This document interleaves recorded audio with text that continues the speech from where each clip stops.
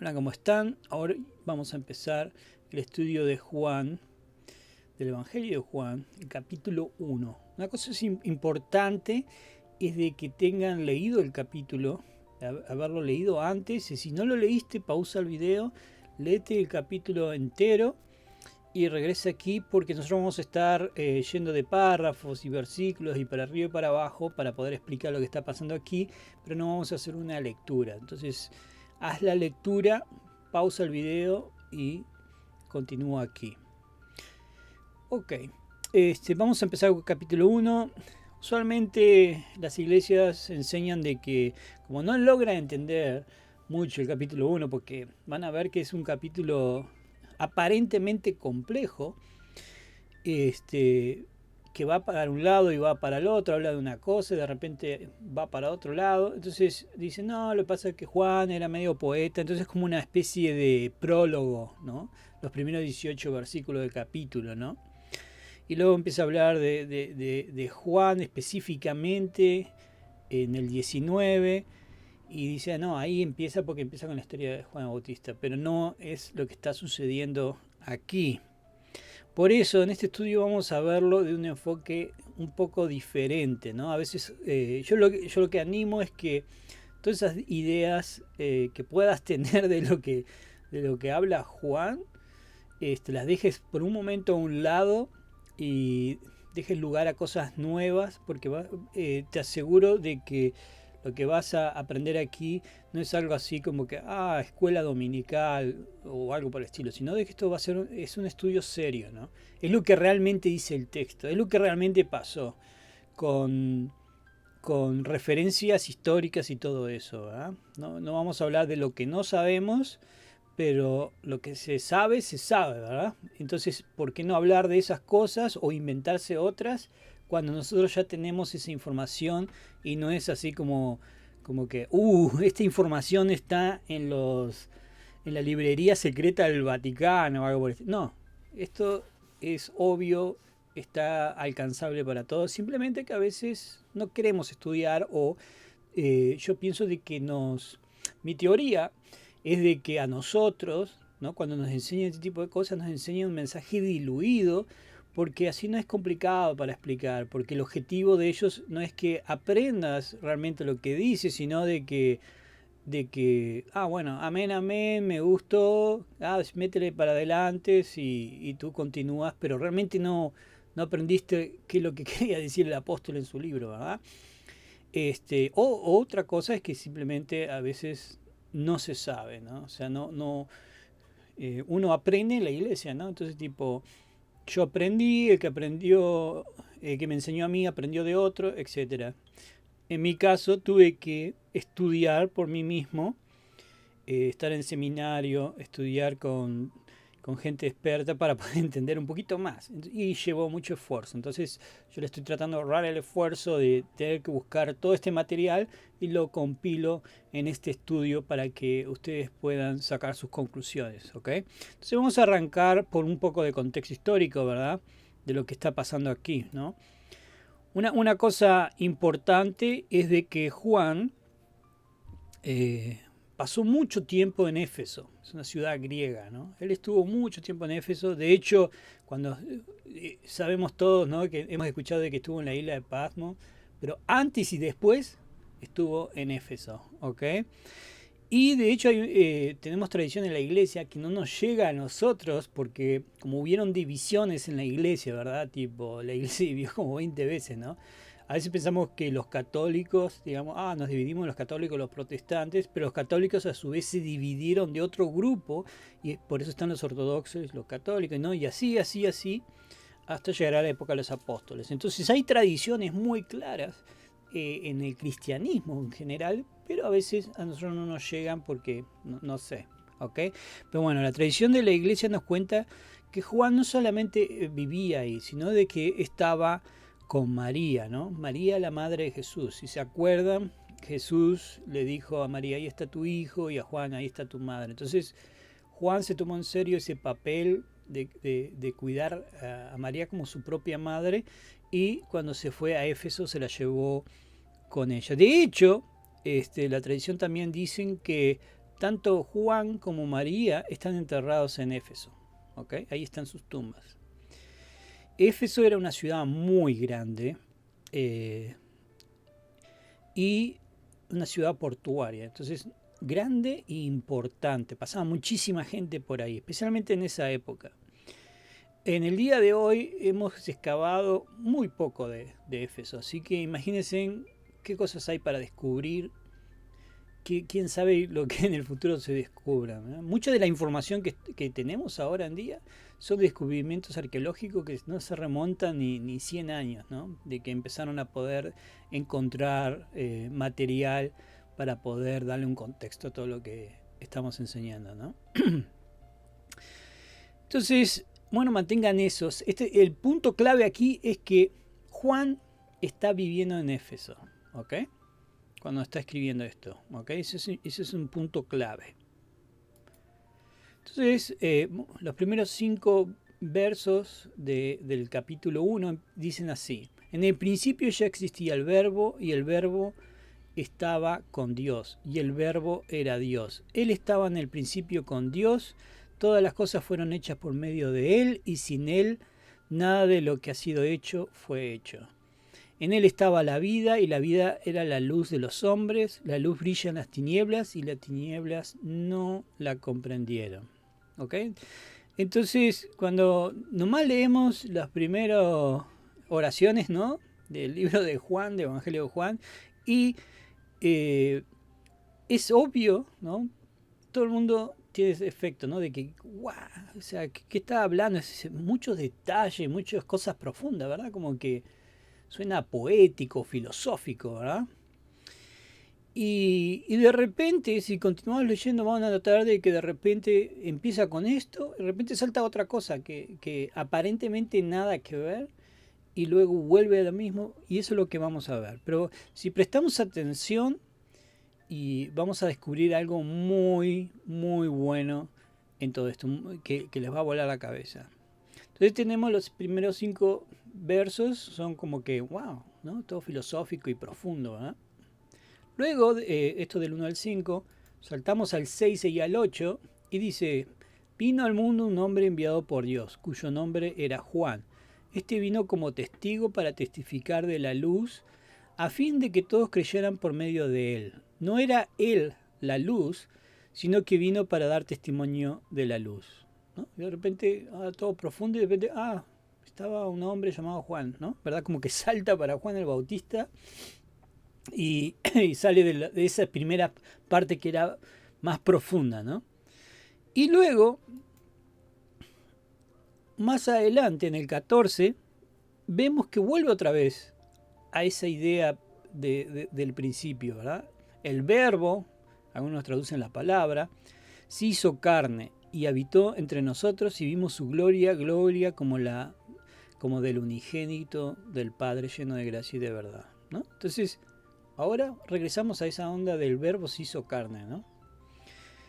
Como si estuviéramos continuando básicamente del versículo 5, ¿no? Uno diría, este Juan, yo lo voy a ordenar mejor, ¿no? Poner toda la temática de verbo y carne aquí, toda la historia de Juan el Bautista por acá, ¿verdad? Pero no termina aquí. ¿Qué pasa inmediatamente de este versículo? Vamos a verlo en el 15.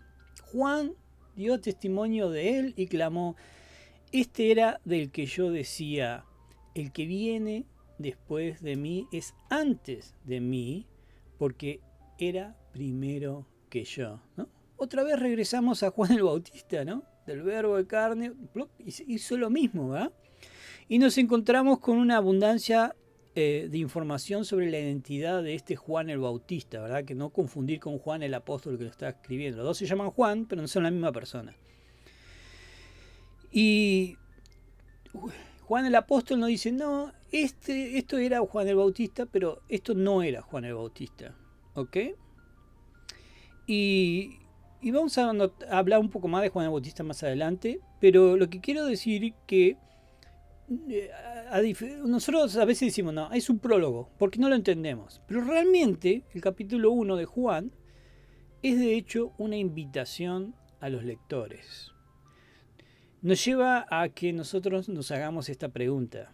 ¿A quiénes está intentando llegar Juan, el apóstol, con su evangelio, ¿no? ¿Qué lectores? Porque está siendo muy específico, ¿verdad? Y bueno, nosotros podemos... La primera es bien fácil.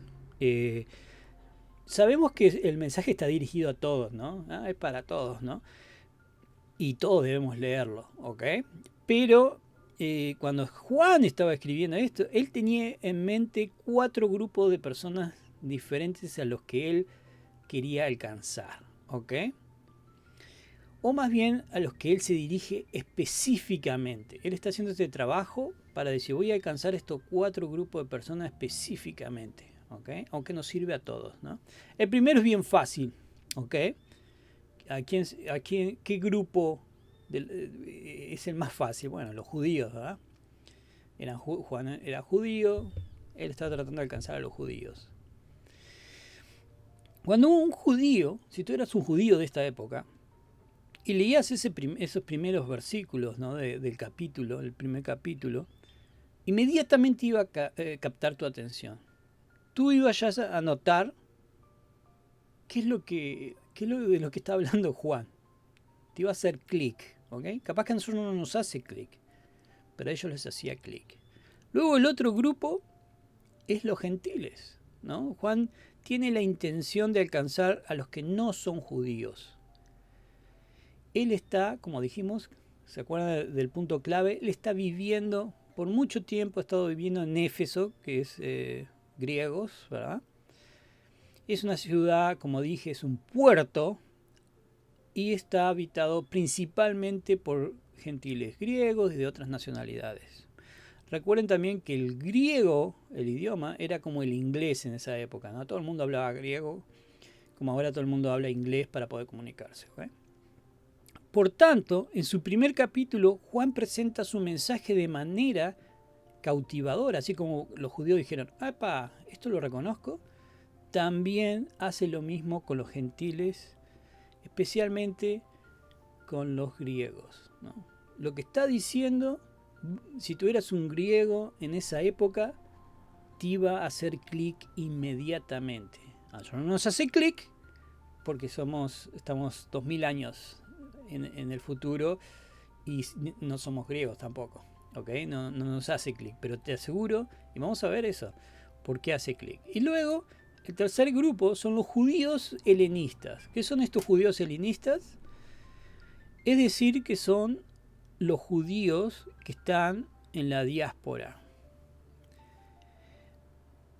Estos judíos, si bien son judíos, nacieron en tierras griegas y hablan griego como su primer idioma.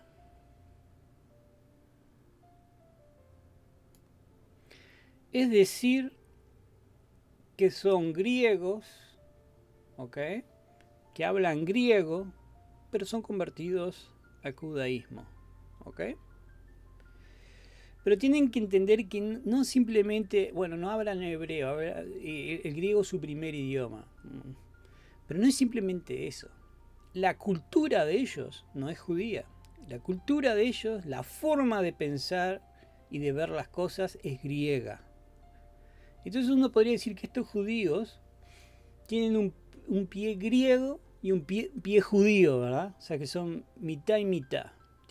Obviamente son judíos, pero son muy griegos, ¿ok? Y eso se les llama judíos helenistas, ¿ok? El cuarto grupo, y te va a sorprender, son los seguidores de Juan el Bautista. Ustedes tienen que entender de que hay por varios lados en el mundo de ese momento, en el mundo conocido de esa época, hay varios grupos pequeños que siguen la enseñanza de Juan el Bautista. Porque Juan el Bautista tenía muchos seguidores. Entonces estamos aquí, 30 años después de la resurrección de Cristo, y aún siguen estos grupos de Juan el Bautista. Así que tenemos un grupo de seguidores de Juan el Bautista dispersos por el mundo conocido de esa época, que aún seguían sus enseñanzas. Y como dije, 30 años después de la resurrección de Cristo, ¿no? Entonces, Juan el apóstol quiere, esta gente, ¿no?, que sigue a Juan el Bautista, no están enterados de que Jesús vino, están enterados qué pasó después, ¿ok? Entonces Juan el apóstol los incluye en este grupo, en esta lista de gente que quiere llamar la atención, ¿ok? Entonces vamos a empezar en orden, vamos a empezar el análisis con los judíos primero. ¿Qué cosa le llamaría la atención a los judíos cuando leían el primer capítulo? Simplemente esto, en el principio, ¿ok? ¿Por qué? Porque así como lo ven, en griego es Génesis 1. Es una cita de Génesis 1, ¿no?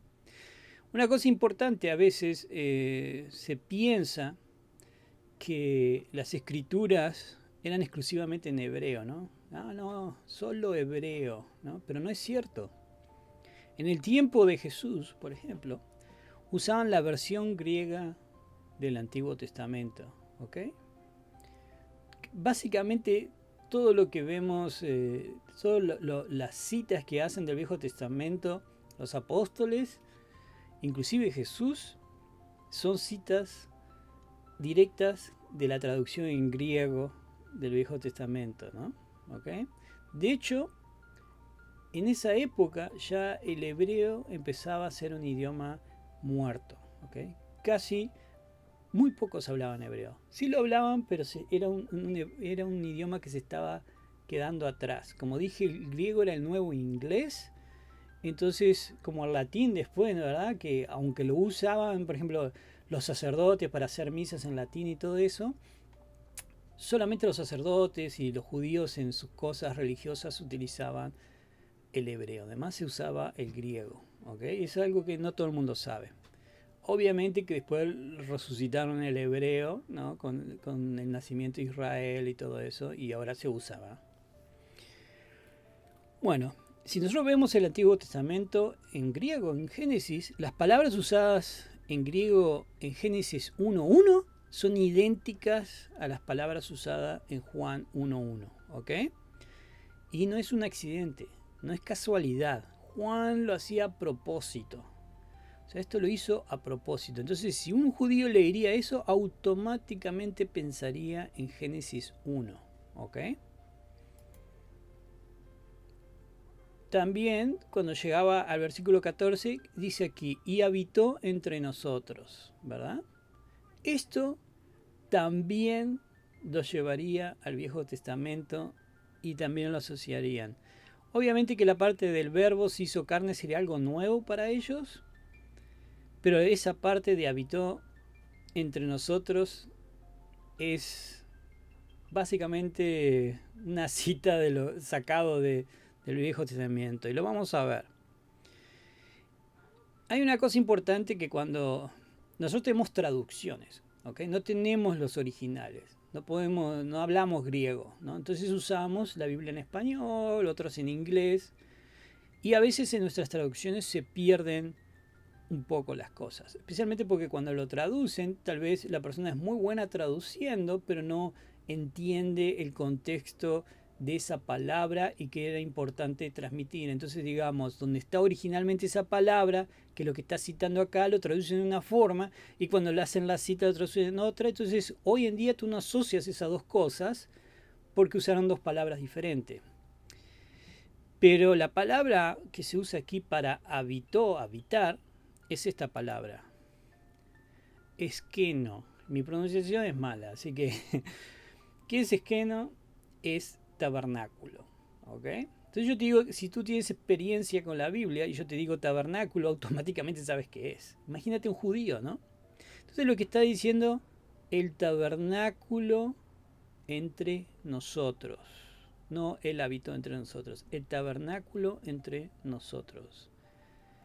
Y como dije, el Antiguo Testamento habla de tabernáculo. ¿Y qué era el tabernáculo? Básicamente era como una tienda, una carpa, ¿no? Pero una tienda móvil que no era permanente, o sea, en el sentido de que no se quedaba en un solo lugar.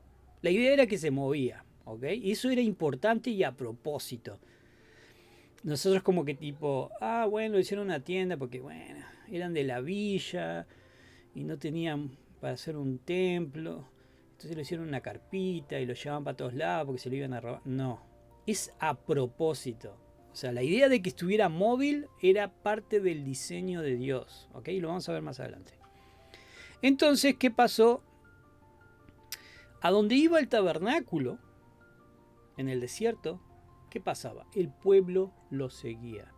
El tabernáculo no iba siguiendo al pueblo, el pueblo seguía al tabernáculo. No había nadie enfrente del tabernáculo, estaban todos por detrás, lo iban siguiendo al tabernáculo, ¿no? Van como que haciendo conexiones con esto. Cuando Moisés recibe la ley en el Sinaí, todo el mundo conoce eso, los 10 mandamientos y la montaña y todo eso, ¿ok? Hay que explicar mucho eso. Cuando baja, él construye este tabernáculo por instrucciones de Dios mismo. Dios le dice, no, tienes que hacerlo así, así, le da todas las instrucciones, ¿ok? Y lo usan a este tabernáculo durante los 40 años que estuvieron en el desierto, ¿ok?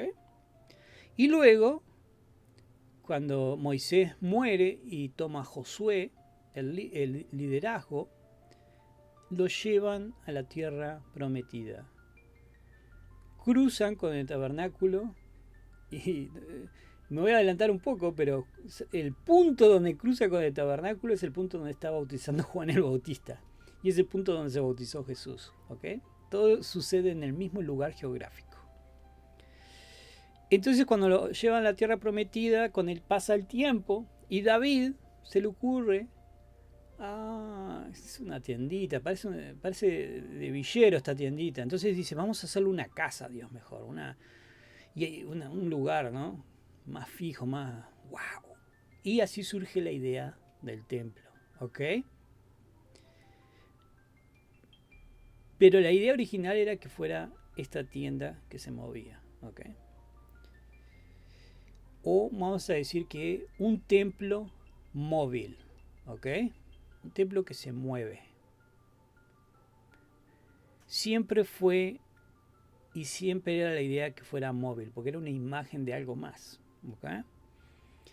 Y otra característica importante, no solamente que se moviera, sino que estuviera entre su pueblo, entre el pueblo de Dios, ¿ok? El templo fijo queda ahí, si la gente se va para el norte, el templo no puede ir para el norte. Y la gente no puede seguir al templo porque está fijo, tiene raíces ahí, ¿verdad? Tiene los cimientos. Entonces la idea de este templo móvil es que la gente siguiera a este templo y habitaba, digamos, entre la gente, ¿ok?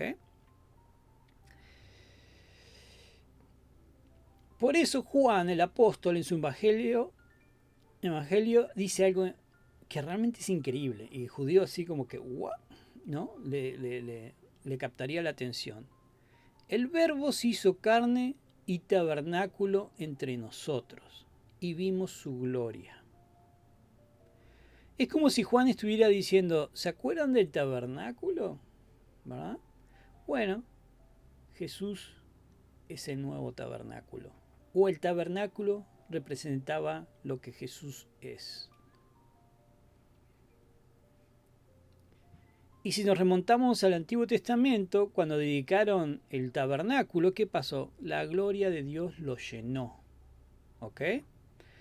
Era tan fuerte esa presencia que de noche, cuando seguían a ese tabernáculo, ¿qué pasaba? Había una columna de fuego. Y ellos seguían esta columna de fuego. Estaba sobre el tabernáculo. Y cuando era de día era una columna de como que de humo, ¿sí? Y daba sombra. Y entonces, ¿qué pasaba? En la oscuridad, todo esto es clave, en la oscuridad el tabernáculo traía luz y el pueblo podía seguir esa luz. En el día el tabernáculo traía descanso. Entonces no te bronceabas hasta quedar colorado, ¿ok? Porque tenías descanso, estabas a la sombra. Eso es muy importante. Conceptos que en el cristianismo a veces ni se habla, pero son sumamente importantes. Si quieres entender el Nuevo Testamento, esos son los conceptos que tienes que aprender. Entonces era la misma presencia de Dios, estas columnas que se manifestaba, y era algo tangible, algo que tú podías ver con tus ojos, ¿ok? Y era algo poderoso de ver, ¿no? Y entonces Juan toma esa imagen y la conecta con Jesús. Igual que en el primer versículo conecta a Jesús con la creación del universo. ¿Por qué? Porque está hablando de en el principio, ¿ok? Ese relato de Génesis, bueno, Jesús estaba ahí. Y a un judío le llamaría mucho la atención eso. Entonces, ¿qué quiere decir Juan acá? Jesús, y esto es sumamente importante para poder entender las escrituras. Yo lo digo así, pero es increíble. Nosotros hablamos de cualquier cosa menos de lo que realmente dice, ¿no?, el mensaje, ¿verdad? Jesús es el nuevo templo. Él es la presencia de Dios entre nosotros. No es un edificio hecho por manos humanas, sino que en carne y hueso. ¿Y qué quiere decir esto? Que es un templo de carne y hueso. Porque Él es el templo vivo. Y el Nuevo Testamento habla de esto. Y eso es lo que te trata de decir. Él es el templo vivo. ¿Ok?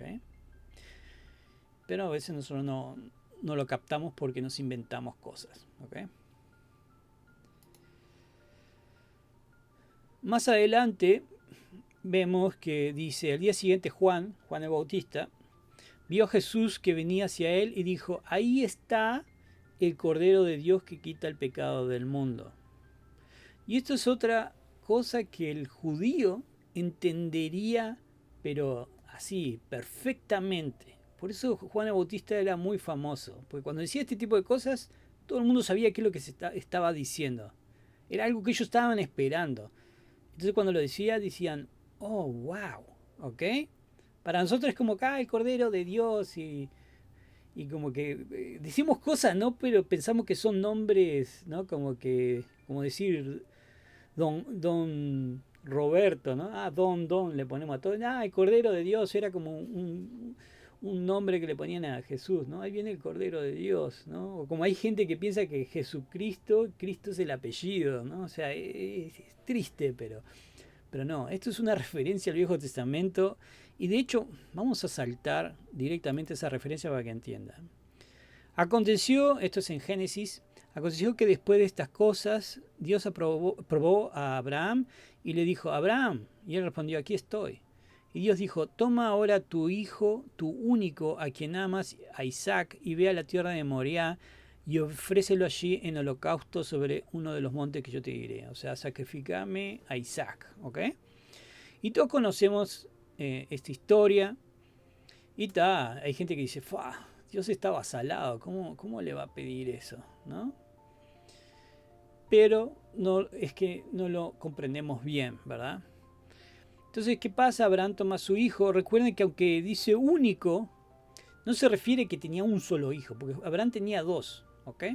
Sino de que es la idea de que al que tiene la promesa, ¿no? El cual yo te dije de que de su descendencia iba a pasar esto, ¿ok?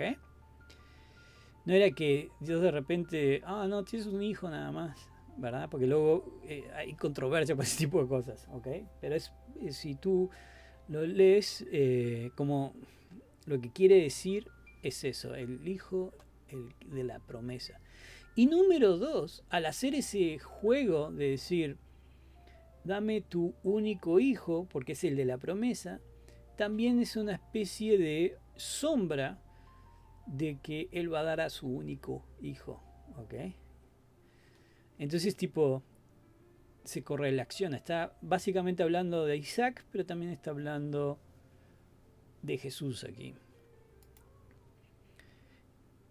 Entonces, sabemos cómo sigue la historia. Isaac habló a su padre Abraham, Padre mío, y él respondió, aquí estoy, hijo mío. Y Isaac le dice, aquí está el fuego y la leña, pero ¿dónde está el cordero para el holocausto? ¿No? Tipo, te lo olvidaste. Y Abraham respondió, Dios proveerá para sí el cordero para el holocausto, hijo mío. Y los dos iban juntos, ¿ok? Abraham sabía que Dios no iba a hacerle sacrificar a su hijo, que Dios iba a proveer el cordero para eso, ¿ok?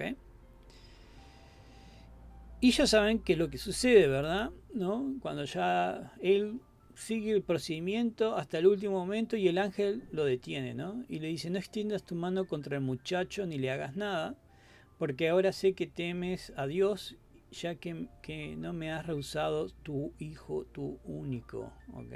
De la promesa. Pero a la vez es como que Jesús, ¿verdad? Entonces Abraham alzó los ojos y miró y vio un carnero detrás del trabado, de él trabado por los cuernos en un matorral, ¿ok?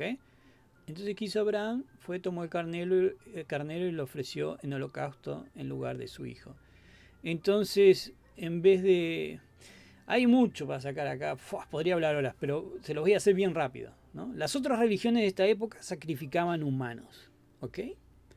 Entonces, Dios no sacrificaba humanos. Entonces, cuando hace esto, eso es parte de la imagen, ¿no? De esa época, ¿no? Un Dios que no requiere humanos para sacrificar, ¿ok? Entonces, en vez de Isaac, es usado un animal, ¿ok? Y también aquí nace el concepto ese de vamos a sacrificar un cordero por el pecado del pueblo, ¿no? Que es lo que hacía el sumo sacerdote todos los años, ¿ok? Viene de acá, ¿ok? Y en vez de que te maten a ti o maten al pueblo con fuego, vamos a decir, matan al cordero, que es inocente, en el lugar del pueblo, ¿ok? Pero muchas veces nosotros no nos damos cuenta de algo que sucede en el texto y todo el mundo sigue de largo. Y es esto. Lo que está a la izquierda con los cuernos es el carnero, ¿ok? Y lo que está a la derecha es el cordero. Son dos cosas diferentes, ¿ok? El carnero es un animal adulto, tiene los cuernos, mientras que el cordero es un animal muy joven y no tiene los cuernos, ¿no? Entonces ahí empezó a surgir entre el judaísmo la pregunta de que, bueno, si ese no es el cordero, porque es un carnero, ¿no? ¿Dónde está el cordero que Dios iba a proveer? Porque Dios iba a proveer el cordero. ¿Dónde está? Y ahí surge la imagen del Mesías, ¿ok? O sea, muchas de las imágenes del Mesías, ¿no? De esto del cordero, ¿ok? ¿Dónde está ese cordero prometido? Porque esto no es un cordero, es un carnero, ¿ok? Entonces siempre quedó esa pregunta pendiente. Entonces, tú, como judíos, sabías de que no se había resuelto, no había una respuesta a esa pregunta de dónde está el cordero de Dios. Entonces viene Juan el Bautista y dice, ahí está el cordero de Dios que quita el pecado del mundo. ¿Ok? Y a los discípulos le dice, ahí está el cordero de Dios. Ahora se entiende diferente, ¿verdad? Cuando tienes el contexto. Aquí está el cordero de Dios que iba a proveer a Abraham. Este es el famoso cordero que Dios iba a proveer a Abraham. Es Jesús. Si fueras un judío del primer siglo, conectarías esta proclamación automáticamente con la pregunta de esa profecía. ¿Ok? Luego vemos más adelante cuando Natanael le preguntó, ¿cómo es que me conoce? Porque le dijo, Jesús le dijo, sí, tú estabas ahí tomando mate bajo una palmera, ¿ok? Entonces Jesús le respondió, antes de que Felipe te llamara, cuando estabas debajo de la higuera, te vi. Rabí, tú eres el Hijo de Dios, tú eres el Rey de Israel, le dice, ¿no? Natanael, ¿no? Esto va a ser importante después. Entonces Jesús le contestó, porque te dije que te vi debajo de la higuera, o mi versión, la palmera, ¿no? Tomando mate, ¿me crees? Cosas mayores que estas verás. También le dijo, en verdad les digo, verán el cielo abierto y a los hijos y a los ángeles de Dios subiendo y bajando sobre el Hijo del Hombre, ¿ok? Si tú eras un judío, también esto te llamaría la atención porque esto es una cita también de Génesis. Y vamos a saltar el famoso sueño de Jacob. Entonces Jacob tuvo un sueño y vio que había una escalera apoyada en la tierra cuyo extremo superior alcanzaba hasta el cielo. Por ella los ángeles de Dios subían y bajaban, ¿no? Entonces Jacob tuvo un sueño y vio esta escalera donde los ángeles de Dios subían y bajaban. Y de este versículo, entre paréntesis, ¿no?, es de donde surgen todas esas ideas medias supersticiosas de la escalera al cielo, ¿no? La escalera al cielo, y ponen las películas como que se va subiendo una escalera.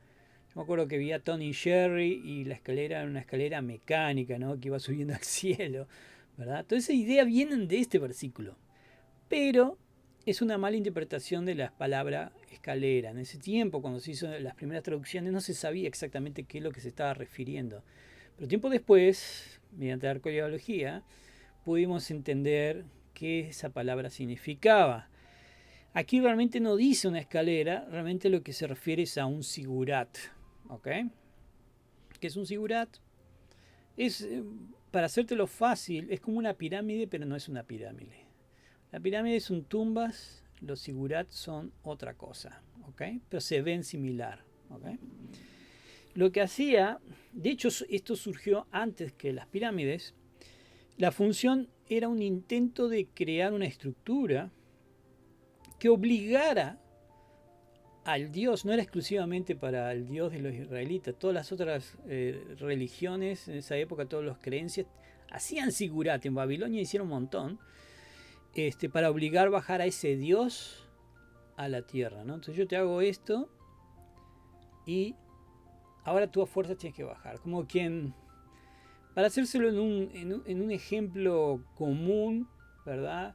Es como quien, no sé, le prende una vela a algo o pone una estatua y a fuerzas esa deidad o lo que sea que a fuerza tiene que hacer el deseo, porque yo te hice esto, ¿eh? Te puse una estatua aquí. Entonces a fuerza tienes que actuar, ¿verdad? Entonces esto es igual. Hacían un sigurat para que Dios descendiera, o el Dios o los dioses descendieran a fuerzas, por obligación. ¿Ok? De hecho, ¿quieren saber un famoso sigurat? La Torre de Babel era un sigurat, en donde ellos querían hacer descender a fuerzas a Dios.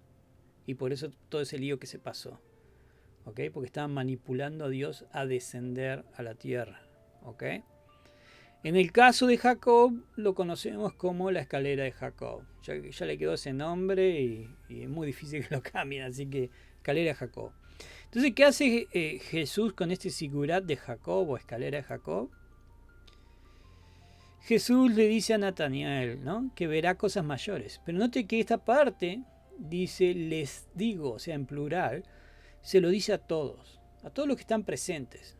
Jesús les dice, ustedes verán los ángeles de Dios subiendo y bajando, pero no de un sigurat, sino de mí, el Hijo del Hombre. ¿Ok? Porque Jesús es esa conexión entre la creación y el creador. ¿Ok? No necesitas un sigurat o algo. Es Jesús que hace esa conexión. Jesús representa de que es Dios bajando a la creación por su propia voluntad, no porque en los juegos decimos lo sumonean, ¿verdad? No, bueno, lo sumoneé, hice algo y lo hice bajar. No. Él baja porque Él quiere. ¿Ok? No por humanos creando un sigurat, sino que Dios mismo baja en forma de ser humano para estar con su creación, para hacer tabernáculo, habitar entre su gente. ¿Ven cómo se va conectando todo? Y bueno, todas estas cosas que vimos conectarían y tocarían profundamente al lector judío, ¿no? Ellos sabrían perfectamente todas estas cosas que se le acabo de decir, las sabrían perfectamente, ¿ok? Porque como dije, a pesar de que dicen que es un prólogo, no lo es una invitación. Y acaba de invitar a los lectores judíos a que escúchame lo que te tengo para decir, ¿ok? Y ahora viene, bueno, y ahora los gentiles, y cómo conecta con los gentiles, y vamos a ver eso. También con los gentiles podemos ir al verso 1, ¿verdad? Y ahí también conecta con los gentiles. En esta parte que dice ya existía el verbo, o algunos le ponen la palabra, ¿ok? Entonces tenemos en el principio estaba el verbo o la palabra, Y todos nos acostumbramos a estos términos, ¿no? Ah, Jesús es la palabra o es el verbo. Jesús es verbo, no, ¿cómo era la canción esa? No me acuerdo, ¿no? Como no, es verbo no sustantivo, yo qué sé. Pero bueno, como que no tenemos idea de qué se trata, no tenemos idea de qué quiere decir verbo, ¿no?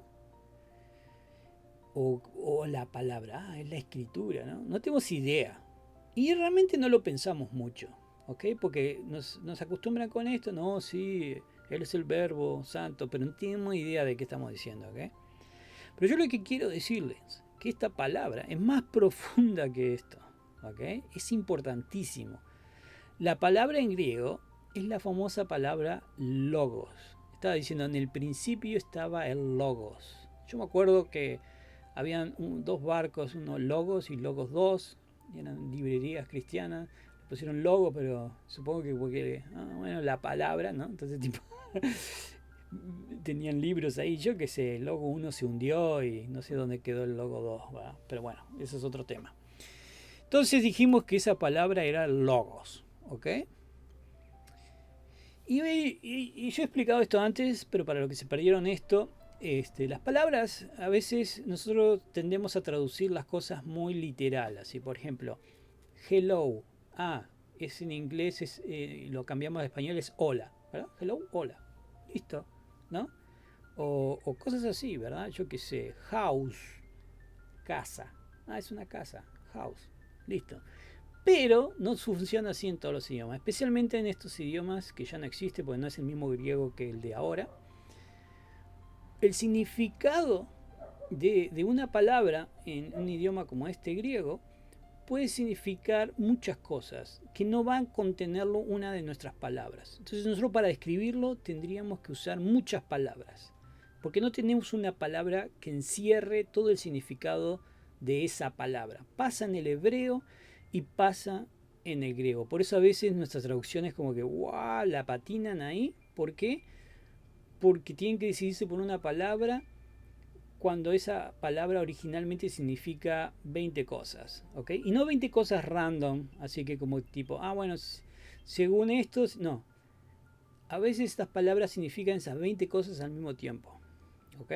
Entonces tú capaz que elegís una, pero es incompleto, porque también significa las otras, ¿ok? En el caso de logos, significa hablar, ¿ok?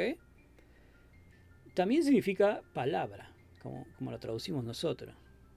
Palabras que alguien dice, ¿no? Puede ser un mensaje, logos, o un discurso es logos. Un pensamiento expresado en un discurso es logos. Lo racional es logos. De hecho, nosotros tenemos la palabra lógico o lógica porque viene de logos. Es uno de los aspectos de logos. ¿Ok? Entonces, lógica también es logos. Un argumento que se hace es logos. Cuando existe una estructura o patrón de pensamiento racional lógico, es logos. Tal vez ese significado de logos es lo que necesitamos a veces en el cristianismo, ¿ok? Para poder entender este tipo de cosas. Como ven, a veces diluimos los significados con nuestras traducciones. A veces, no sé por qué, ¿no? Porque logos significa todo esto al mismo tiempo. De hecho, aparece 330 veces en el Nuevo Testamento y se escribe de totalmente formas diferentes, ¿no? Tú probablemente leíste logos y ni te enteraste, ¿ok? Se usa 4 veces para Jesús, logos, ¿no? Entonces, ¿de dónde viene esto de logos? Logos tiene una procedencia específica. Y yo quiero que si leyeron el texto, van a ver lo similar que es a esto, ¿ok? Vamos a ir a la antigua Grecia, ¿ok? Tenemos Heráclito de Éfeso, ¿ok? Atención de dónde es de Éfeso. Entonces, este señor que vive en Éfeso, casualmente igual que Juan, ¿verdad? Vivió entre el 535 y 470 a.C. Vamos a decir como 500 a.C., ¿ok? Así que estamos antes de los tiempos de los apóstoles del Nuevo Testamento, ¿ok? Porque Jesús no había llegado todavía, pero después del tiempo del Viejo Testamento, ¿ok? Hay como que una especie de espacio entre lo que sucede en el Viejo Testamento y lo que empieza a suceder en el Nuevo Testamento, que es más o menos esa cantidad de años, ¿ok? Entonces, en ese tiempo apareció este Heráclito de Éfeso, ¿ok? Y es el primer filósofo griego en usar o tomar esta palabra logos y darle un significado filosófico, ¿ok? Él es de Éfeso, otra vez, ¿no? Tipo, y Juan está hablando a la gente de Éfeso, del logos, ¿no? ¿Creen que lo iban a reconocer? Obviamente que sí, ¿ok? Porque aún siglos después, en los tiempos de Cristo, esta idea del logos estaba presente. Era como que, no sé, a veces tenemos como que ciertos personajes, ¿no? De que a pesar de que pasa el tiempo, todos saben quién es, ¿no? Artigas, yo qué sé, ¿ok? Es algo como que, no, yo voy a hablar de Artigas en no sé en dónde y ese quién es, pero en Uruguay van a saber quién es, ¿ok? Si yo menciono algo de Artigas, todos van a entender qué estoy diciendo, ¿ok? Entonces, ¿qué hablaba este Heráclito de Éfeso, ¿no? Es conocido especialmente por el concepto de que el mundo está en constante cambio, ¿ok? Por ejemplo, no voy a profundizar mucho, pero para que tengan una idea, tiene un ejemplo, por ejemplo, cruzas un río, pero cada vez que lo cruzas es un nuevo río, porque está en constante cambio, distinta agua, ¿verdad? Está corriendo el agua, entonces cuando no es el mismo río, ¿ok?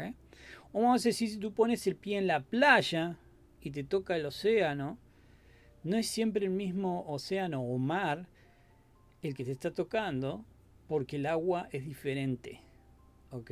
Entonces la idea es de que el mundo es un continuo movimiento y cambio, pero él dice, a pesar de que hay un cambio y movimiento, ese movimiento y cambio está organizado.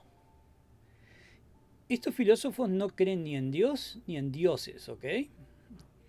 Pero él dice que está organizado por esa idea del logos. El logos es lo que organiza, ¿ok?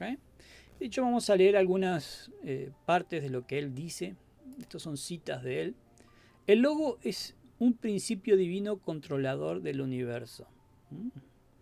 Todas las cosas suceden de acuerdo con el logo.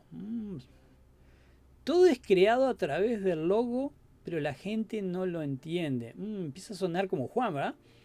El logo es responsable de la creación y organización de la realidad. El logo no es material, pero crea y controla el mundo material. Ahora que lo leo se me hace conocido, ¿verdad? Si leíste Juan, ¿ok? Pero sigue, vamos a ver más. Aunque el logo sea como dije, los hombres siempre fallan de comprenderlo. Tanto antes de escucharlo como cuando lo escuchan por primera vez. Porque todo viene a ser según de acuerdo con este logos. Los que lo oyen parecen hombres sin ninguna experiencia de esto. Esto es como un filósofo griego describe la creación de todo y la describe con esta idea griega del logos, ¿ok? La razón y lógica que supera el caos y le da forma ordenada. Trae orden al caos. Y esto empezó alrededor del 500 a.C. Y de hecho esta idea es desarrollada más tarde por filósofos como Sócrates y que interactúan con esta idea y se desarrolla más y más y más, ¿ok? Entonces, ¿cómo Juan empieza el Evangelio? En el principio ya existía el logos. Básicamente citando Heráclito. ¿Ok? ¿Qué acaba de hacer con su audiencia griega? Si tú eras un griego en esa época. De repente dicen, eso yo lo escuché antes. A ver, ¿qué tienes para decir de eso? ¿Ok? La genialidad de Juan. Todas esas cosas nos pasan a nosotros por arriba porque no tenemos ni idea. Faltamos a las clases de filosofía del liceo, pero se me hace que es algo que sucede con los cristianos, ¿verdad? Entonces, ¿qué se continúa diciendo? Existía el Logos, ¿verdad? Y el Logos estaba con Dios. Entonces los griegos no creen en Dios, básicamente, pero les suena interesante, está sonando interesante, y dice, a ver, ¿dónde quiere ir con esto? ¿Cómo que estaba con Dios? Y luego Juan dice, el Logo era Dios. De repente piensan, esas cosas que hemos discutido en filosofía por siglos, tú lo estás describiendo como que es Dios mismo.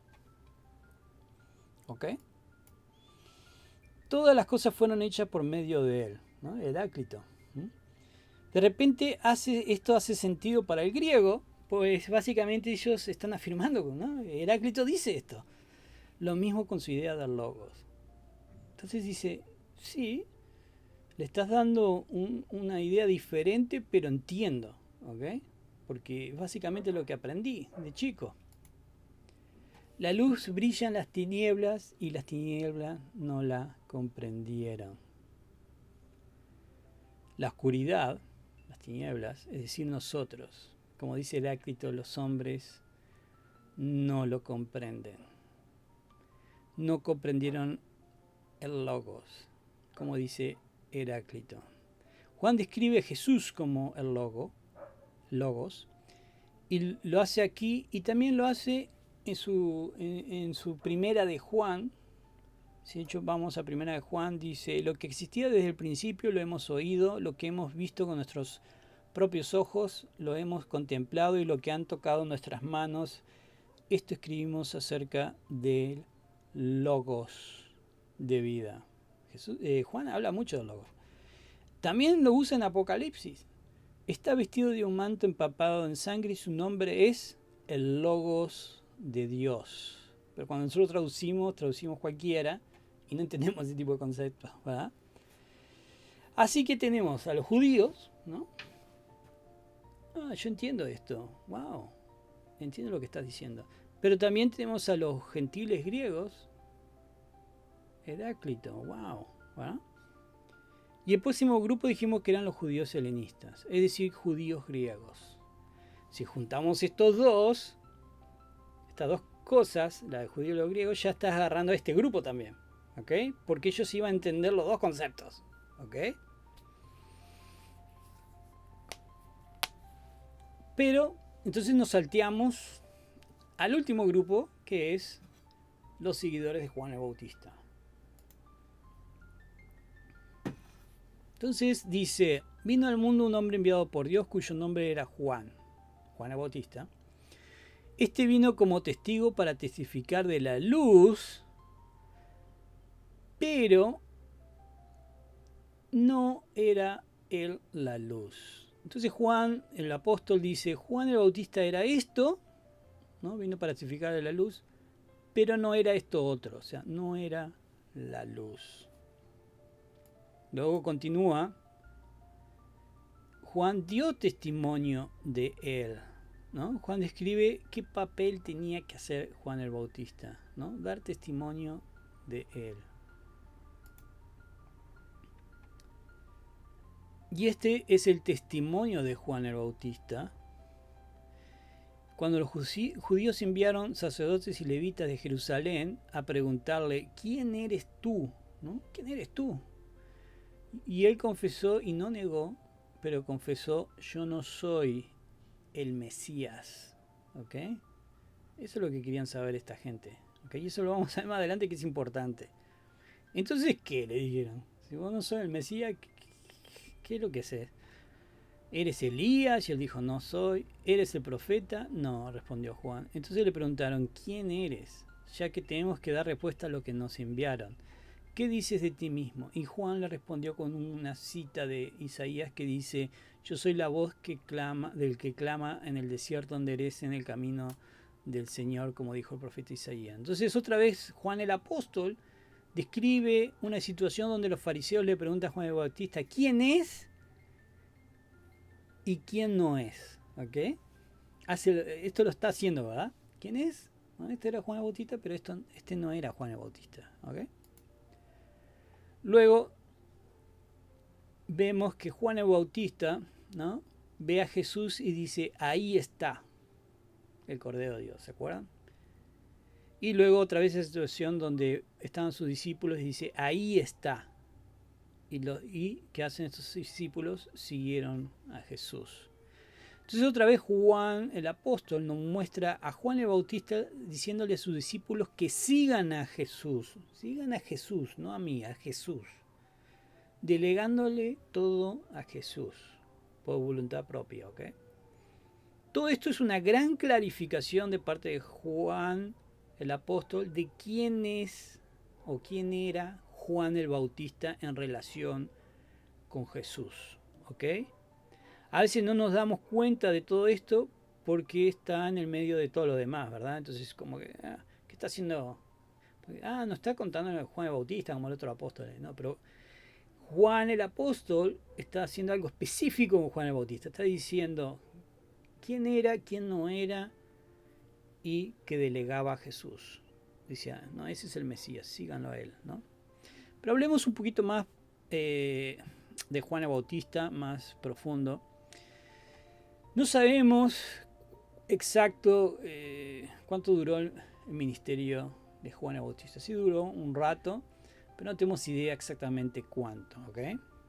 Pero cuando leemos la Biblia vemos que crea un momentum, ¿no? Como que realmente empieza a alborotar la cosa de forma positiva, vamos a decir. No solamente eso, de que, o alborota la cosa de que la gente empieza a creer, ¿no? Sí, me gusta esto, pero también él hace discípulos, tiene discípulos, y estos discípulos estudian con él, ¿no? Se está armando todo ahí. Juan el Bautista no simplemente apareció ahí en el arroyo y 2 días y nos fuimos, ¿no? Se genera un montón de momentum con Juan el Bautista, ¿ok? Entonces Jerusalén, toda Judea y toda la región alrededor del Jordán acudían a él y confesando sus pecados eran bautizados por Juan en el río Jordán. ¿Ok? Esto está en Mateo.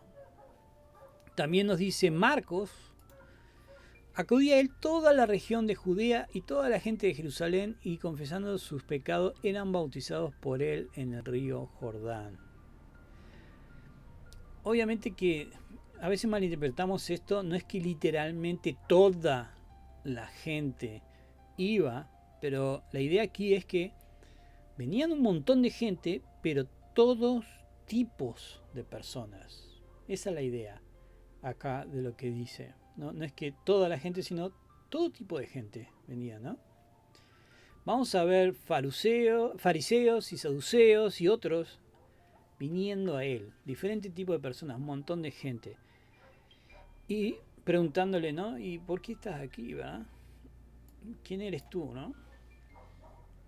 Pero Juan decía a las multitudes que acudían para que él las bautizara, camadas de víboras, ¿no? Básicamente, ¿qué significa esta frase, camada de víboras? Hijos de Satanás, ¿ok? Eso es lo que significa. ¿Quién nos enseñó a huir de la ira que vendrá, no? Juan el Bautista estaba diciendo, va a venir un juicio, ¿ok? Por lo tanto, den frutos dignos de arrepentimiento y no comience a decirse a ustedes mismos, tenemos a Abraham por padre, porque les digo que Dios puede levantar hijos a Abraham de estas piedras. El hacha ya está puesta a la raíz de los árboles, ¿no? O sea, ya está el hacha en tus pies, ¿no? Por tanto, todo árbol que no dé buen fruto es cortado y echado al fuego. O sea, ya viene el juicio, ya está por llegar, ¿ok? Juan el Bautista era directo, ofensivo y no acomodaba la verdad con técnicas evangelísticas o hablando más suave o tomando una clase de cómo podría yo ganar más gente, ¿no? Tipo, iba al Facebook y lo baneaban del Facebook, ¿no? Porque era muy ofensivo, ¿no? Hacía una campaña en X y lo baneaban, ¿no? Lo cancelaban porque Juan el Bautista estaba salado, ¿ok? Él no, se podía, estudiaba, ¿no? El mercado y ver que, no, esto, la gente muy fuerte. No, Él decía las cosas como eran, ¿no? Cuando cuando Él dice, hay una cosa que se nos pasa por alto. Cuando dice, Dios puede levantar hijos a Abraham de estas piedras, se refiere a unas piedras específicas, ¿no? Se refiere a las 12 piedras que Josué dejó en el río. ¿Se acuerdan que yo les dije que el lugar donde bautizaba Juan es el mismo lugar que cruzó Josué? ¿Verdad? Y es el mismo lugar que se bautizó Jesús. Bueno, cuando Josué cruzó ese punto, dejó 12 piedras representando a cada tribu. Entonces, él le está diciendo, ¿vieron esas piedras que dejó Josué? De ellos puedes sacar hijos de Abraham. Lo interesante es que Josué es el mismo nombre que Jesús. ¿Okay? Son el mismo nombre. Nosotros lo traducimos mal, pero Josué y Jesús es el mismo nombre. Y en cierta forma Jesús, nosotros somos esas piedras, ¿verdad? Y somos injertados en la línea de Abraham. ¿Okay? Entonces, todo tiene tiene mucha información, ¿verdad? Que a veces la pasamos por alto. En Lucas dice, y las multitudes le preguntaban, ¿qué pues haremos, no? Y Juan le decía, el que tenga 2 túnicas, comparta con el que no tiene, y el que tiene que comer haga lo mismo. ¿Ok? Juan el Bautista hizo un impacto en la región, a pesar de que era salado, de que era ofensivo. ¿Ok? Y la gente le preguntaba qué tenía que hacer, ¿no? Entonces, ¿qué haremos? Bueno, importante acá que él dice, no, si tienes una túnica, dale esa única túnica que tengas, pasá frío, pero dásela al otro. No, si tienes 2 túnicas, comparte, ¿verdad? Si tienes comida, puedes compartir, no quiere que te quedes sin nada, ¿verdad? No es así, no, dame todo, vende todos tus terrenos y dáselo para la iglesia. No, eso no está en la Biblia, ¿ok? Siempre es como que, bueno, tenés un sándwich, capaz que puede dar la mitad del sándwich que no tiene. ¿Entienden lo que decir? No todo el sándwich.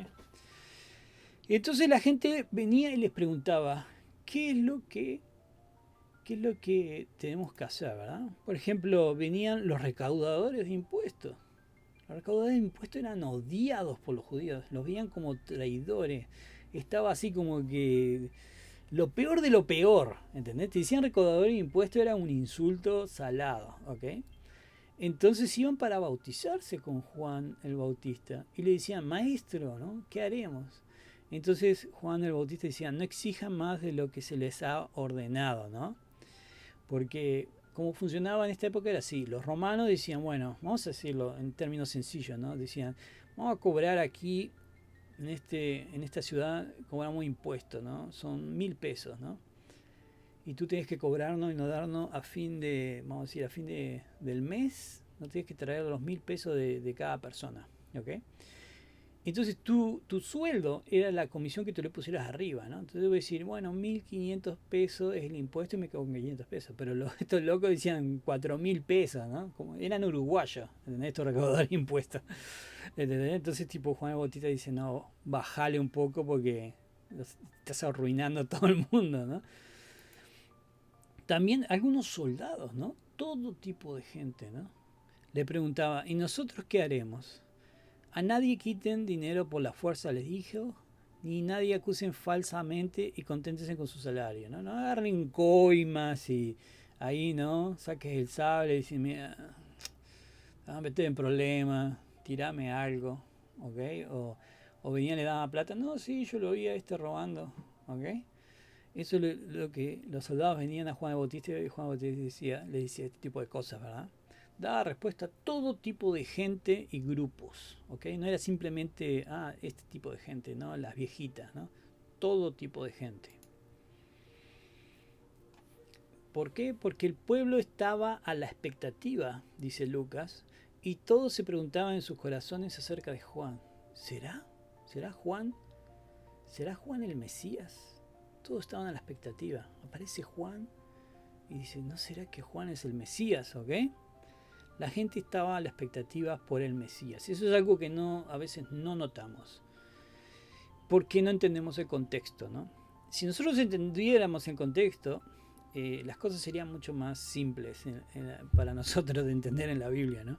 El contexto, podemos ir en el libro de Daniel, hay una profecía que dice, empezando en el tiempo que se haga un decreto para reconstruir el templo, tú puedes contar cierta cantidad de años y aparecerá el Mesías. ¿Ok? El misterio de Jesús cumple esa profecía y aparece en el tiempo que dice la profecía que iba a aparecer. Pero, ¿quién más aparece en esa época? Juan el Bautista. Y aparece antes que Jesús. Entonces, como la gente, ¿no?, está esperando esta profecía y es la época ya, ¿no? Dice, no, ya debería de ser.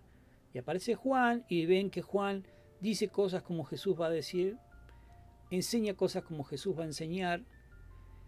Y por eso la gente, los fariseos y todo el resto que saben esta profecía, le preguntan a Juan si él es el Mesías. Porque estás en el momento exacto, en el lugar exacto. ¿Ok? Y él dice, no, no soy el Mesías, pero ahí viene, ¿verdad? Ahí está.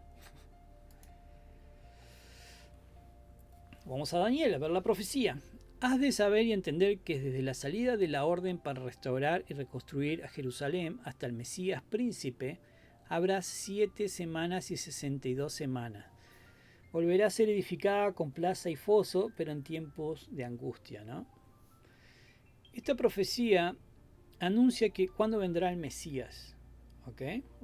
Que sabemos que Jesús usa una forma simbólica de medir el tiempo llamada semana. Si tú eras un judío, entenderías esto. Entenderías de que en la profecía una semana representa 7 años. A ti no te hace ningún sentido, pero para el judío era obvio, ¿ok? Entonces la profecía completa cubre 70 semanas, es decir, 490 años, ¿ok? Esos 490 años comienzan cuando se da la orden para reconstruir Jerusalén que estaba destruida, ¿ok? Entonces tenemos la primera parte, son 7 semanas, es decir, 49 años. Ese es el tiempo que llevó a reconstruir Jerusalén, incluyendo sus calles y sus muros. ¿Quién hizo ese trabajo? Eso probablemente todos lo sabemos, o bastantes, es Esdras y Nehemías, ¿no? El famoso que va reconstruyendo las cosas, ¿verdad? Que le piden al rey y el rey le da la orden, ¿ok? Eso está en Esdras 7, lo pueden leer ahí. La segunda parte son 62 semanas, son 434 años después de eso. Desde el final de la reconstrucción hasta que llega el Mesías príncipe, como dice en la profecía, son 483 años, ¿no? Incluyendo esto de la reconstrucción de Jerusalén. 483 años después de que Nehemías y Esdras hacen esto, ¿qué época es? Llegamos al tiempo en que aparece Juan el Bautista y Jesús, cuando ellos comenzaron su ministerio público. Y luego nos falta una semana, y esa semana son los 7 años de la guerra de los 7 años, famosa, en donde Jerusalén y el templo fueron destruidos. ¿Ok? Más claro, no sé.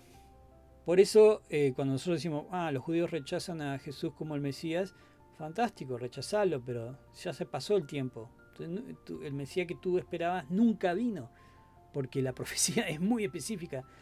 Los profetas estos no eran como Nostradamus, no, sí, un pájaro se cruzará con una gaviota y ahí tú haces cálculos.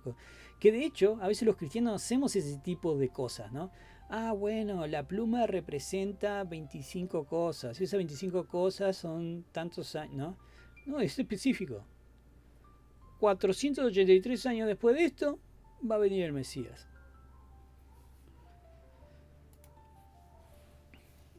De hecho, sigue la profecía, como dije, después de las 62 semanas, el Mesías será muerto. Es demasiado claro, ¿entienden? Y no tendrá nada, ¿ok? Matan a Jesús, ¿ok? Y el pueblo del príncipe que ha de venir destruirá la ciudad y el santuario, y su fin vendrá con inundación, aún hasta el fin habrá guerra, las desolaciones están determinadas. ¿Quién es el pueblo del príncipe que ha de venir y destruir a la ciudad del santuario? Los romanos. ¿Y el príncipe quién es? El emperador, ¿no?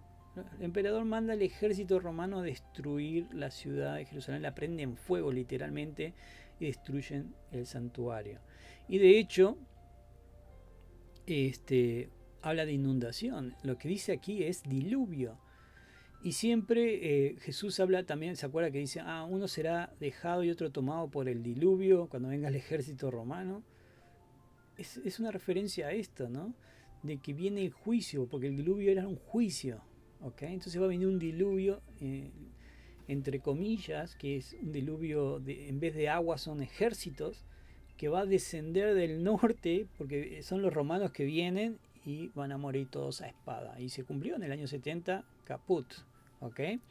Entonces, como verán, es por eso que los judíos tenían una expectativa. El texto nos dice, no, tenían una expectativa en su corazón, porque tenían una expectativa del Mesías, porque la profecía ya se tenía que cumplir. Y cuando nosotros distorsionamos la palabra de estas profecías para imponer nuestras supersticiones en cosas futuras que van a pasar, y decimos, no, esto es, no es Jesús, esto es el anticristo en el futuro, en una nave espacial con su ejército. Estamos ¿qué haciendo? Anulando el real cumplimiento que tuvieron. Estamos siendo como cuando los judíos niegan el Mesías, nosotros hacemos lo mismo, porque es específicamente para la venida del Mesías, ¿no? Entonces, de esa forma, sin darnos cuenta, estamos negando que Jesús es el Mesías, ¿no? Esa es la verdad, ¿no? Y bueno, por eso es importante estudiar y aprender este tipo de cosas, porque después andamos diciendo barbaridad, ¿eh? Al día siguiente, Juan estaba otra vez allí con 2 de sus discípulos y vio a Jesús que pasaba y dijo, ahí está el Cordero de Dios. ¿Y quién creen que eran estos 2 discípulos de Juan? Pues Andrés, el hermano de Pedro, y Juan el apóstol que escribe este libro, ¿verdad? Pero también vamos a encontrarnos con Pedro, Felipe y otros apóstoles de Jesús que también son discípulos de Juan. Todos ellos están en el sur, pero como, todos los apóstoles menos unos eran todos de Galilea, del norte, ¿ok? Pero están en el sur.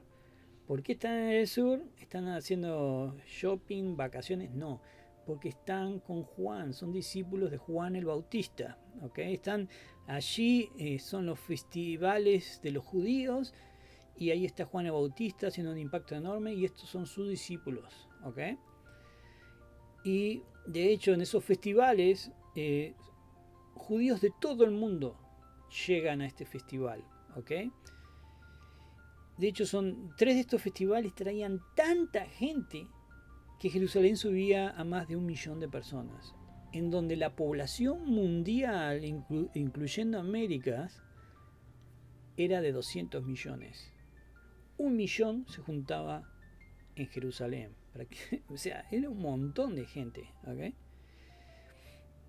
Y en esos tiempos se hablaba muchísimo, Juan el Bautista era súper famoso. Entonces, cuando tú llegabas al festival, te comentaban, no, sí, ahí está Juan. ¿Dónde estabas? No, vine del Jordán, ahí está Juan el Bautista. ¿Y quién es este Juan el Bautista? ¿Verdad? Entonces, sí, decían, no, vení, ve. Y entonces ellos iban a escuchar, tú ibas a escuchar, te convencía y te bautizabas. ¿Ok? Y cuando el festival se terminaba, tú te regresabas a tu casa, ¿verdad? Pero tu casa no era ahí en Jerusalén. Tu casa tal vez estaba en lugares como Éfeso. ¿Ok? De hecho, aunque todos intentaban, los judíos en todo el mundo conocido, intentaban ir a los festivales siempre, ¿ok? Para gente como, por ejemplo, si vivías en Éfeso, era un viaje muy largo. Probablemente un viaje que podrías hacer una sola vez en tu vida, ¿ok? Aunque sea una vez voy a ir a Jerusalén, ¿verdad? En un festival de estos, ¿no? Porque te llevaría unos 6 meses de viaje. Un viaje súper peligroso, ¿ok? Te podría pelar en el camino, ibas a un barco o algo y tú, quién sabe, ¿no? Era muy peligroso, no es como ahora. Y la mayoría no podían hacer ni siquiera esto. Aunque lograran llegar, no podían hacerlo, porque eso significa que todo ese tiempo que estás viajando, no estás trabajando. Entonces tenías que tener dinero para decir, voy a dejar de trabajar por 1 año para poder ir a Jerusalén, ¿ok? ¿Y por qué menciono todo esto, no? Por cosas como esta. Vamos a leer en Hechos Llegó entonces a Éfeso, un judío que se llamaba Apolos, natural de Alejandría, hombre elocuente y que era poderoso en las escrituras. Este había sido instruido en el camino del Señor, siendo ferviente de espíritu, y hablaba y enseñaba con exactitud cosas referentes a Jesús, aunque solo conocía el bautismo de Juan el Bautista. Apolos de Alejandría, es decir, ¿de dónde era este Apolo? De Egipto. ¿Okay? Era muy elocuente y llega a Éfeso.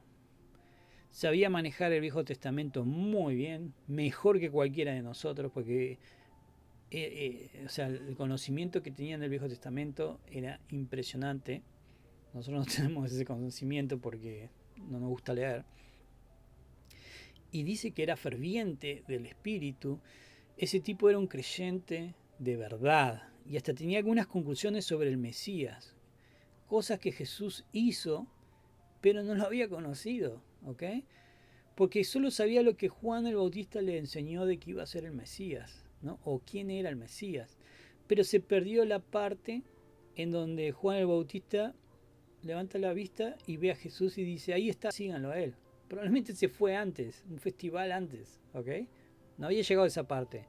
Así que estamos aquí, 30 años después de la resurrección de Jesús, y Apolo seguro era una de esas personas que fue a ese festival desde Egipto y escuchó a Juan el Bautista y dice, yo me quiero bautizar, aprende de él, aprende del Mesías, o sea, lo que dice Juan el Bautista del Mesías, y regresa a Egipto.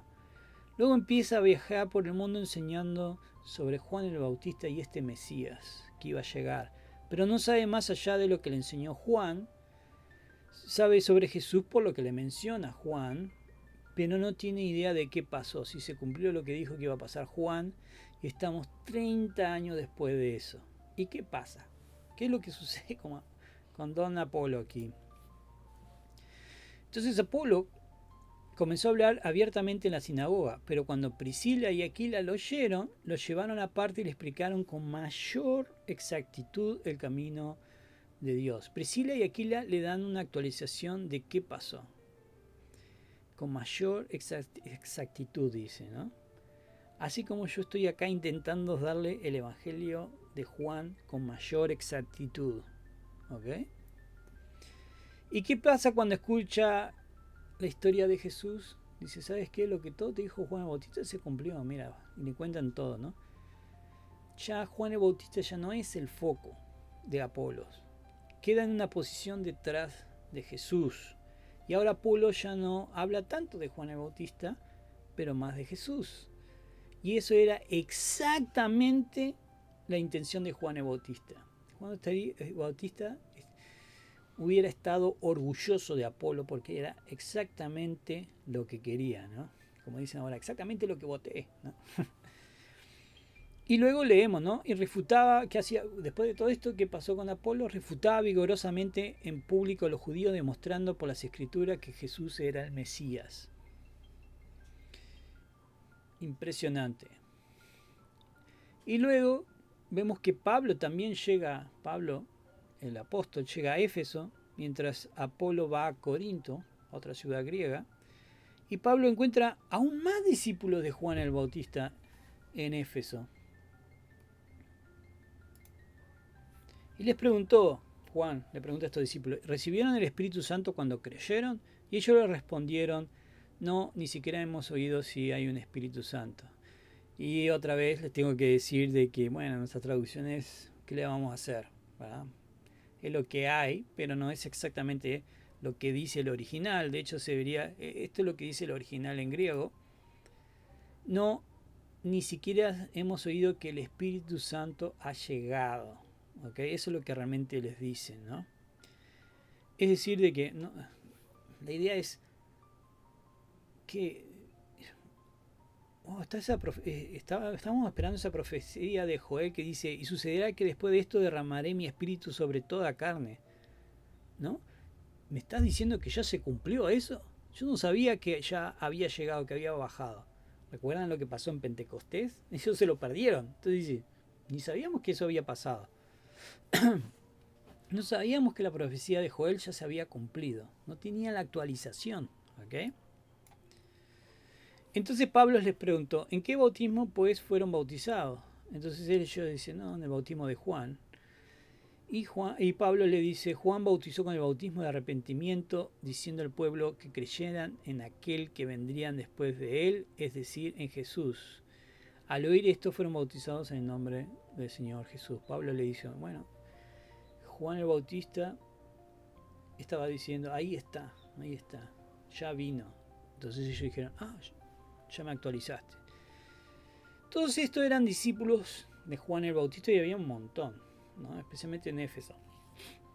Y encontramos estos pequeños grupos de discípulos de Juan el Bautista en Éfeso, pero también en otras partes, ¿no? Que ya habían pasado 30 años, pero existían estos grupos que creían, pero aún no tenían toda la información. Podríamos decir que no tenía la última actualización, como cuando tu celular necesita, ¿no?, una actualización, pero no tenía su última actualización de la fe. ¿Okay? Entonces, si regresamos al Evangelio de Juan, a Juan el Apóstol, y sabemos que Juan el Apóstol está en Éfeso, y Éfeso tiene todo este grupo de gente, bastantes por lo visto, discípulos de Juan el Bautista, y sabemos también que Heráclito, el filósofo, era de Éfeso. Ya empieza a tener más sentido por qué de repente tenemos estas menciones de Juan el Bautista entre medio de todo lo otro, entre medio de Heráclito y entre medio de las citas del Viejo Testamento. Y Juan nos cuenta todo esto para que recordemos cómo Juan el Bautista decía a sus discípulos que siguieran a Jesús. ¿Okay? Él les recordaba, ¿no? Él les decía que siguieran al Mesías cuando apareciera. Bueno, ya apareció. Juan el Apóstol quiere darles a ellos, a todos, la última actualización a los seguidores, no solamente de Juan el Bautista, pero también a los otros, que aún andaban por ahí, estos de Juan el Bautista, para que ellos sigan a Jesús. Tú que aprendiste con Juan el Bautista, sigue a Jesús. Tú que eres judío, ya vino el Mesías. Tú, el Logos es Jesús. Y para terminar, quiero mencionar el llamado de los discípulos, ¿no? Habla sobre, cuando va reclutando a todos los discípulos, ¿no? Nosotros nos quedamos con la sensación, y a veces se enseña así, que Jesús decía, sígueme, ¿no? Y de la nada, Pedro dejaba todo y se iba con él, ¿no? Y nosotros nos sentimos así como que, bueno, a mí me ha llamado como 500 veces y o no atiendo el teléfono o estoy en el baño y no quiero contestar. A veces voy, pero luego ya no regresé más, ¿no? Pero este Pedro, ¿no?, empezó de una y terminó, ¿no? Perfecto, ¿no? Pero no es así, no es lo que dice el texto. Era un proceso. Como dije, ellos eran discípulos de Juan el Bautista y entonces Juan les decía, ¿no? Ahí está, vayan con él, ¿no? Y lo seguían, ¿verdad? Pero luego se regresaban con Juan el Bautista y Jesús pasaba de nuevo y decía, sígueme.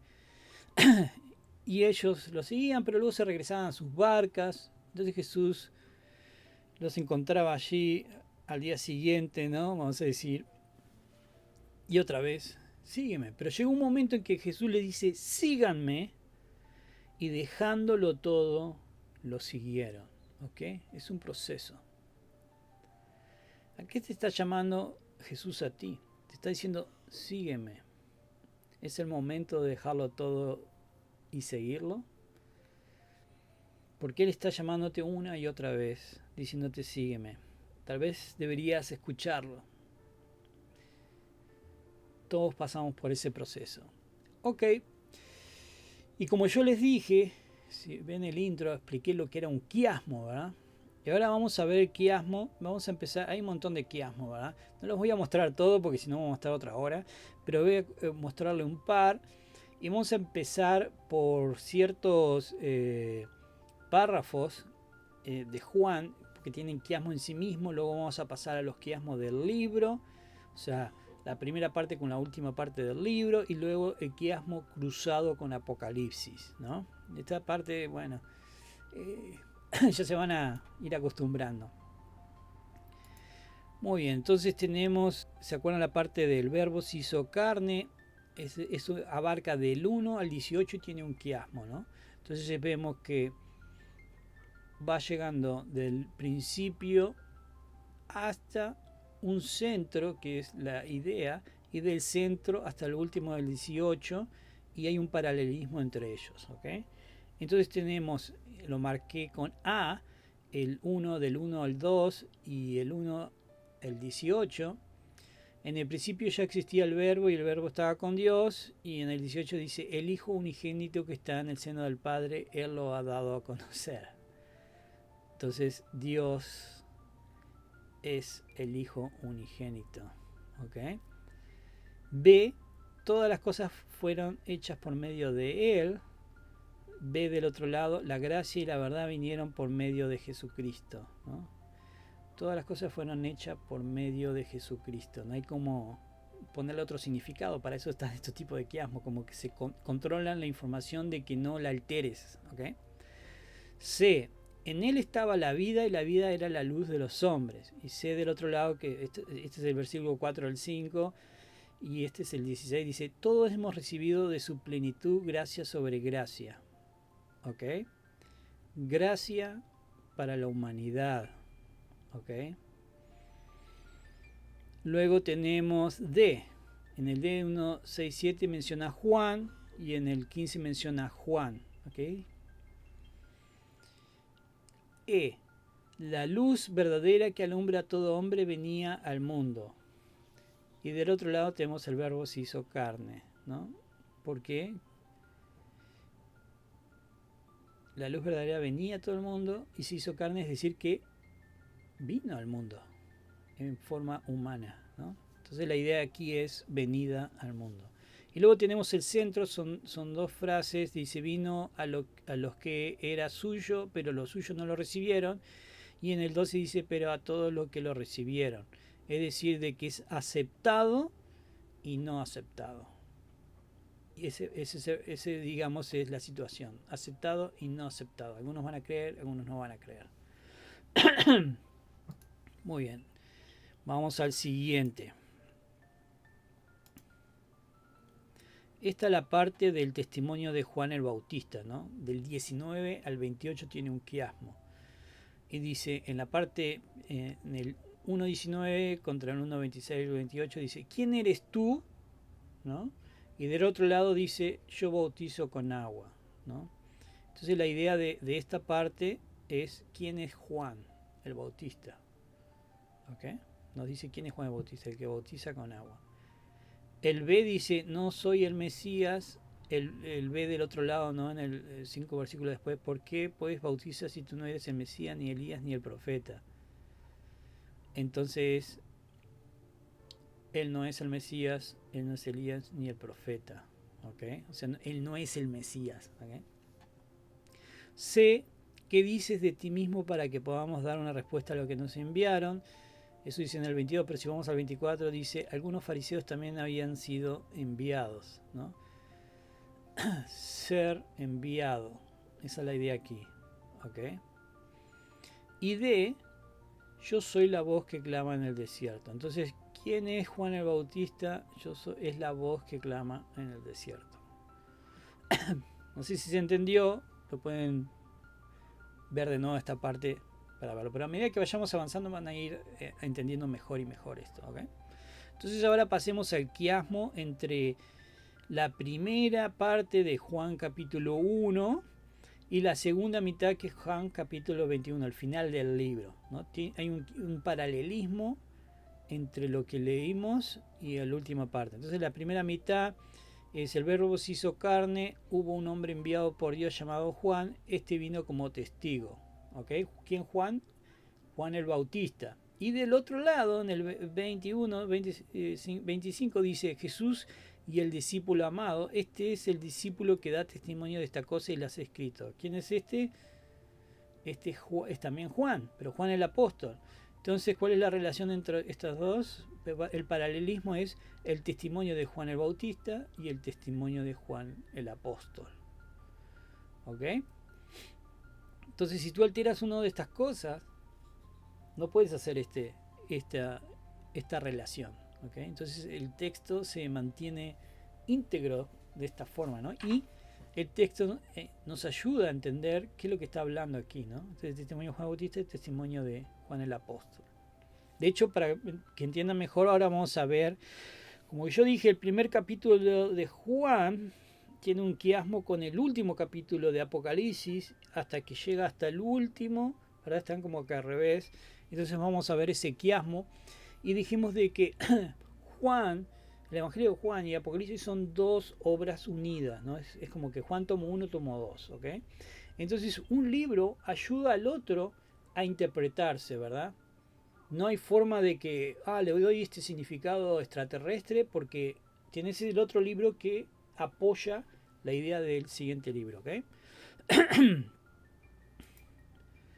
Entonces acá tenemos, este es el libro de Juan, este es el libro de Apocalipsis. Nosotros estuvimos mirando el capítulo 1 y este es el capítulo 20, del capítulo 22 para abajo. A medida que vamos avanzando se hace menos capítulos, ¿ok? O sea, del 1 va avanzando y del último va al penúltimo y así para atrás, ¿ok?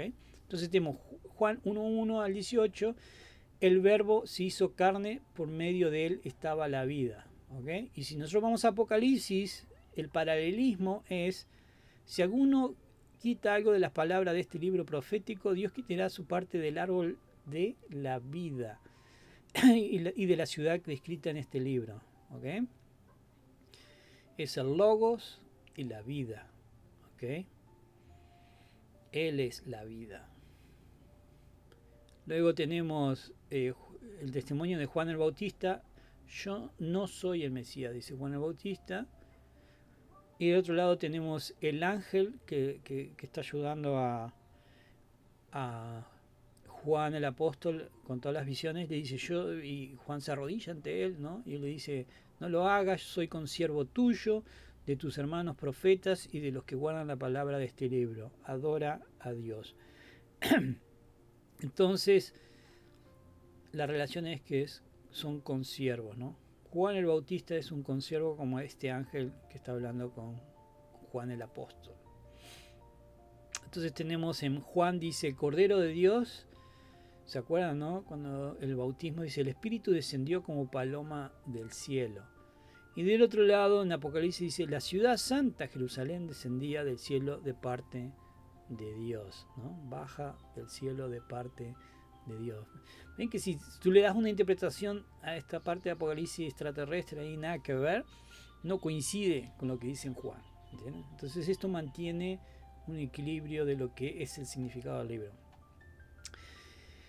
En Juan 35:42, el primer discípulo de Jesús. Entonces, ¿qué pasa? Cuando agarran a los primeros discípulos, le preguntan, ¿dónde moras? ¿No? Y tenemos del otro lado en Apocalipsis, el paralelo es este. La morada de Dios está entre los hombres y Dios mismo estará con ellos. ¿Ven cómo todo esto es hecho a propósito, ¿no? Entonces dice, ¿dónde moras? Y el otro lado le da la respuesta en Apocalipsis. Porque Jesús no tenía una casa. O sea, no era un pastor que ganaba buen dinero y tenía terrible casa en un buen barrio, ¿ok? No tenía dónde quedarse, no tenía una propiedad. ¿Por qué? Y nos da la respuesta Apocalipsis. Porque la morada de Dios, es decir, Jesús, tampoco puede decir que Jesús no es Dios, porque el libro lo está diciendo, ¿verdad? Está entre los hombres. Y Dios mismo estará con ellos. ¿Por qué? ¿Se acuerdan lo que yo le dije? Él es el tabernáculo que se mueve entre la gente. ¿Ven cómo se complementan los textos? Y luego tenemos la parte de que Natanael le dice, cuando le dice Jesús, no, te vi tomando mate bajo una palmera, entonces dice, tú eres el rey de Israel, le dice. Y en Apocalipsis dice, vi un gran trono blanco y el que estaba sentado en él, porque Jesús es el rey. ¿Ok? Entonces vemos estos paralelismos, este quiasmo es hecho a propósito con Juan. Entonces lo que yo trato de decir, insisto, es que tú no le puedes dar un significado cualquiera, ¿no? No, para mí esto en Apocalipsis es una nave espacial y lo que está diciendo aquí Juan es otra cosa, porque el quiasmo trae información. Los mismos libros y en sí mismo cada libro tiene su quiasmo, te confirma de que no leíste mal, esto es lo que estoy tratando de decirte, ¿no? Entonces, no puedes alterar los significados porque no van a coincidir con el otro lado, ¿entiendes decir? Entonces, de esa forma, nosotros sabemos de qué estaba hablando, ¿verdad? Por ese tipo de cosas. Por eso es muy importante esa herramienta literaria. Y bueno, para resumir, Juan capítulo 1 es la gran invitación. Y Juan la describe de tal forma que incluya varios grupos de personas, ¿no? Es impresionante cómo lo hace, pero incluye un montón de gente totalmente diferente, ¿no? Estas personas que necesitan escuchar la verdad de quién es Jesús. ¿Quién es? Es el Mesías. Pero dentro de un contexto que ya tenían, ¿ok? Un contexto judío para los judíos, un contexto griego para los griegos y un contexto judío-griego para los que son judío-griegos y un contexto de los que habían aprendido con Juan el Bautista. Y como dije, esta invitación se extiende a todos. ¿Te captó la atención a ti como le captó la atención a ellos? Es algo que tienes que pensar. Y bueno, espero que les haya gustado. Es largo el estudio, lo sé, pero la idea aquí es que no vas a encontrar, no te voy a diluir, digamos, el mensaje. Te voy a decir tal cual. Te podría decir mucho más, pero yo pienso que esto es suficiente como para que tengas una idea de lo que dice el texto. Yo lo que te aseguro es que cuando terminemos este estudio vas a tener bien claro que estaba hablando Juan el apóstol, ¿ok? Y cuando escuches por ahí cosas raras, tú vas a identificar por qué no está acertado, ¿ok? Porque yo te estoy dando todas las herramientas para que tú puedas llegar a esta conclusión por ti mismo, ¿verdad? Tú todo esto lo puedes buscar, la información que di y aprender más, ¿ok? Y bueno, nos vemos en la próxima.